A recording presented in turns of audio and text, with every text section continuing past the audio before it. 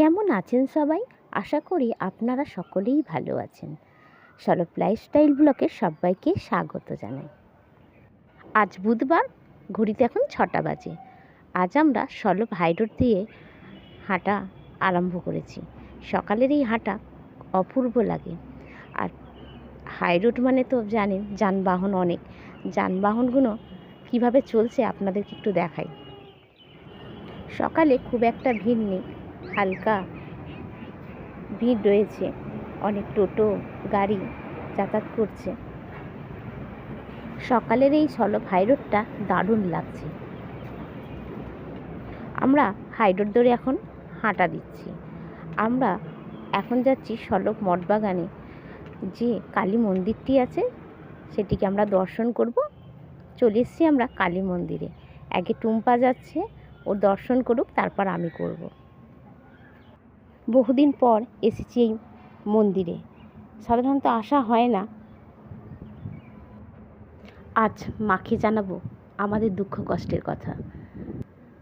মাকে প্রণাম করলাম আর জানালাম আমাদের সংসারের জীবনের কথা। মাকে ছাড়া আর কাকেই বলা যায় বলুন তো? আমার দর্শন হয়ে গেছে, চলুন এবার বাড়ি ফিরি। এই দেখুন হাইরোডটা কত সুন্দর লাগছে। এদিকটা উপনগরী, দেখাচ্ছি আপনাদেরকে একটু। রোজ সকালে টুম্পা আর আমি হাঁটতে যাই। চলুন এবার বাড়ি ফিরি, রান্না করব। আজকে রান্না করেছি ভাত, কলমি শাক ভাজা, ডিম দিয়ে আলু দিয়ে তরকারি। এটা সিঞ্চন খেয়ে স্কুলে যাবে। আজও টিফিনে দেবো একটু পেঁপে আর আঙুর।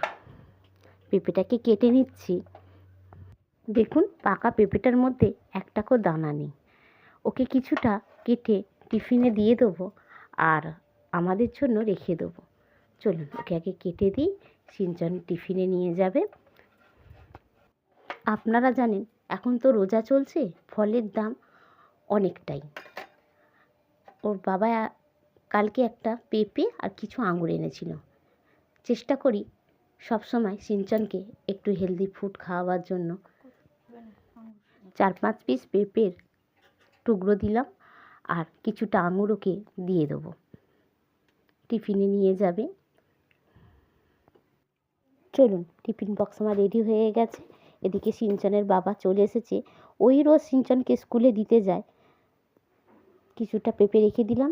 আজকে আমি 4 থেকে 5 আটি নিম পাতা নিয়েছি। এই নিম পাতাগুলো একটু স্টোর করে রেখে দেবো। এই নিম পাতা রোদে শুকিয়ে আমি বোতলের মধ্যে রেখে দেবো। আমার ব্লগ আপনাদের কেমন লাগছে আমাকে কমেন্ট করে জানান। ভালো লাগলে ছোট্ট একটা লাইক দিন, চ্যানেলটাকে সাবস্ক্রাইব করে রাখুন। সবাই ভালো থাকবেন, সুস্থ থাকবেন।